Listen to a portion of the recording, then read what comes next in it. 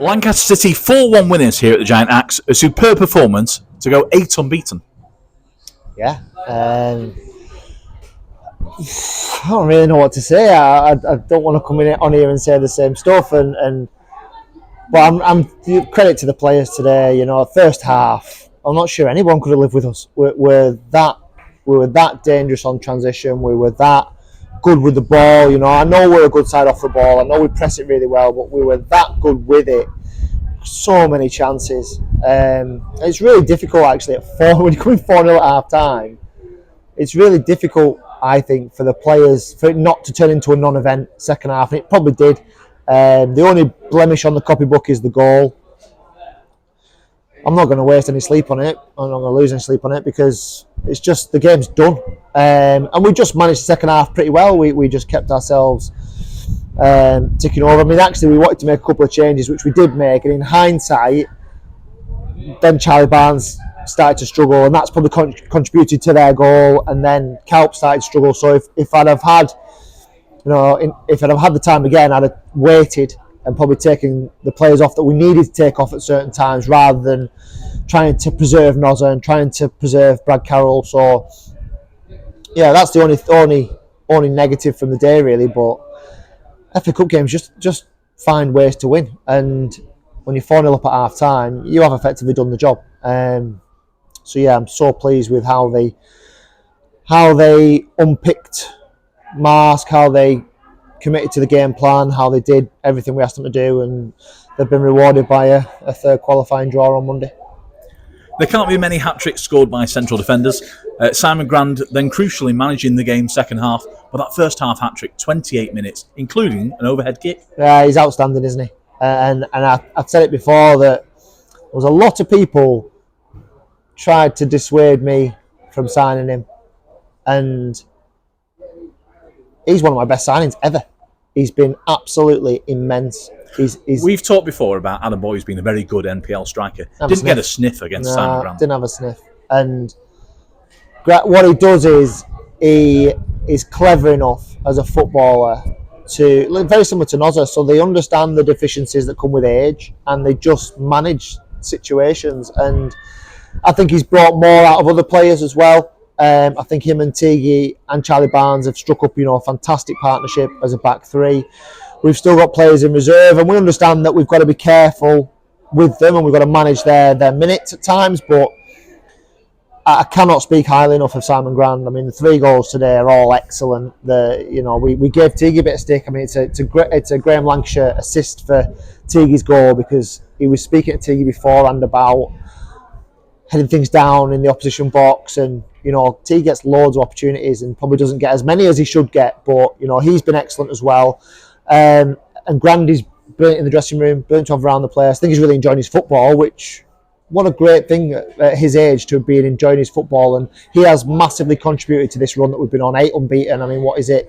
6 or 7 clean sheets out of 9, I think, or 10. So really, really pleased with everything. I'm really pleased for the club, because the club has, they deserve bigger games here, and I hope we get a home draw, and I hope it's against the lowest ranked team, and I hope that gives us the opportunity to get into the final qualifying stage before the big games. But how good would it be to have one of them?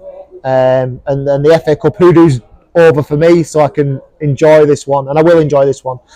Lads will get a little rest next week, straight back to it. And one of our key contributing factors to our run has been our mentality, our spirit, our mindset. And we scored 3 goals, and they're walking back to halfway saying, come on, and their standards are set. It's so easy for me, this job at the moment. I just maintain the standards and pick a football team, because they are making their own standards and keeping everyone to them. We move on to the third qualifying round, but next weekend we're back in league action against 𝗙𝗏𝗃 here at the Giant Axe. I want to throw a couple of comparisons at you. Last season, highest position 11th, we're second as we stand. At this point last season, we'd scored 7 goals and won 2 games. This time around, it's 22 goals and 7 wins. What do you think has made the difference? Not having loads of injuries. Having said that, we've got 7 missing today. We've got 7 players missing, and we've still done that sort of performance. But we had injuries in key positions to key players that we just couldn't replace last year, and that's I also think the continuity of this team. So a lot of this team were here last year. Our adherence to a system and to a coaching model that we've put in place is exemplary. You know, the lads know it. They do it unbelievably well. It's almost impossible for people to stop. But I mean, one of the things we do scares the life out of people, and I know it does. We'll keep doing it. And I've not found a team yet that can find a way to mitigate it. Obviously, I'm not going to go into loads of detail, but that's through hard work. It's through hard work through the staff putting coaching programs together, the way we deliver coaching to lads, the way lads take it on. But ultimately, when they cross the white line, it's over to them, and cannot fault them. And they're loving it. They're loving it. The lads. It's such a good group, such a great atmosphere. The trick is keep going. Look at the next one. The next one's Ilkeston, and we'll focus on that next week, and that'll be our priority. Don't worry about the draw. Don't worry about what's the week after. Just Ilkeston here, and see if we can get them beat. You talk about continuity from last season. Caelan Gallagher-Allison has returned. Yep. Just want a quick word on him for the supporters. Yeah, just a good player. He by his own admission, I put in my programme notes today, he got some really bad advice over the summer, and it's another indication of how agents shouldn't be at this level of football because they're wrecking young kids' careers. I've spoke about it really passionately before. I'm not going to get into it now, but they're a disgrace. Some of the advice they give people, they're clueless. They don't know football. They don't know non-league football. So he was bound around a load of clubs, made a couple of bad decisions, ended up at Bootle. Hasn't had the start to the season he wanted. But what we know is that I think we're getting the best out of this group, and I think we generally get the best out of players because we work with them. We find ways of doing that. We're never going to be resourced to go and buy the best players, so we have to nurture and coach and do the more pure element to the game. We're not going to be a money club. So Caelan, I've got loads of confidence that he can come in and we can get the best from him, and we can get him back, back on track and back playing games. So cup tie today. We also know that Jamie Mellon's injuries, not ideal. So we've just got good cover now. We have to look at Charlie Barnes now. We have to look at Grandy and Tiggy in terms of their load. So we're just going to need the reinforcements. And Caelan will fit the bill. He knows the club. He knows the lads. We know what we can get from him. So it's just a really straightforward signing for us. I'm going to risk you not answering a question now. This week, Paul Phillips left 𝗙𝙬𝙨. The statement from him talks about injuries and the direction of the club. We had a very similar conversation last year at South Shields, and you were backed by new signings following that. Nathan Woodthorpe, Rudy Masambo, Matthew Tweedley. How important is it for you to have the backing of the board in these situations? Well, yeah, I mean, obviously good question. There was obviously a lot said, and I said a lot last year, and I think we ironed it out and we got sorted, and we've got obviously really strict parameters that we have to work within because that's the nature of the beast and it's the nature of this football club. And unless we get a massive benefactor who's going to come in and chuck loads of funds at us, we've got to be within our means, and I think we generally are. So I think that means that we have to be really smart with recruitment. And to be fair, the board, they've not said no to me. I haven't really asked them that many probing questions yet, I don't think. So I suppose the question will come if we can keep this run up and we can get ourselves into a real position where there is opportunities to bring in either other players or to do something differently, or things that are generally attached to finance. I mean, I think we do everything that we can that's not attached to finance to be as good as we can. And at some point, yes, my job is to ask questions and to try and get the very best we can get. So we're not there yet, but what we will do is enjoy a really strong start.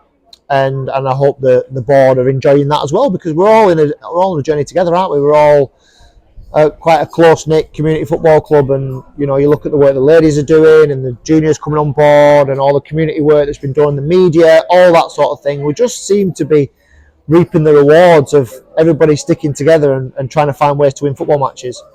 So yeah, it's good, and you've got to enjoy it. It's not always like this, is it? But undoubtedly it's good because we've built from a blueprint, and we've had resilience when things weren't good. Things weren't good a year ago, but they weren't good because we were under such strain from injuries and lack of availability and not being able to get the players we needed. Different this year because we put something in place to try and fix that. So yeah, please, and I'm as pleased for the club as I am for the lads with winning in this cup, because it's money. Let's hope we get either an on paper draw, straightforward, don't worry like that, or a big glamour tie. and let's, I'd back us to beat anyone at the moment. I really would. Anyone in this draw, league above, league below, same league, I'd back us every day of the week, because I just think we're that strong at the moment, and the mentality's that strong. Might get a couple back of the injuries next week. Sloaney, Pat, maybe. So yeah, good place. Let's go and enjoy our night, everyone, and enjoy the fact that we've made the third qualifying round for the first time in a long time. Somebody was telling me it's the best start in 15, 20 years or something like that. I think it's even better now. So yeah, really good. We'll look forward to the draw on Monday. Thank you, Mark. We will, thank you.